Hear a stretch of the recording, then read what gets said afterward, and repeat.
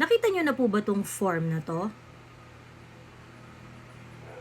Wag kayong pipirma.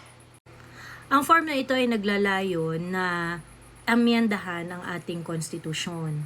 Subalit kung ano ang coverage, kung para saan, kung sino ang nagsusulong, hindi natin alam. Hindi nila pinapaliwanag. Alam niyo po, ako ay pro-reform. Gusto ko po ng reforma ng konstitusyon. Pero importante sa akin ang pamamaraan kung paano natin maa-achieve ito.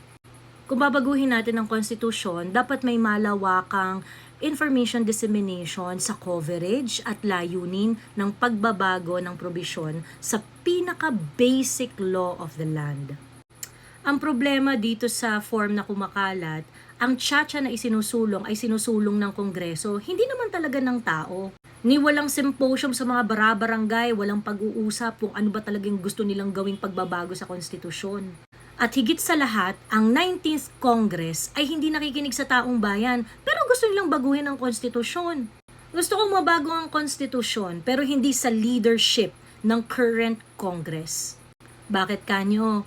Resibo nga nila, hindi nila makitang may mali doon pagkatapos sila pa yung magdadagdag at magbabago ng ating konstitusyon.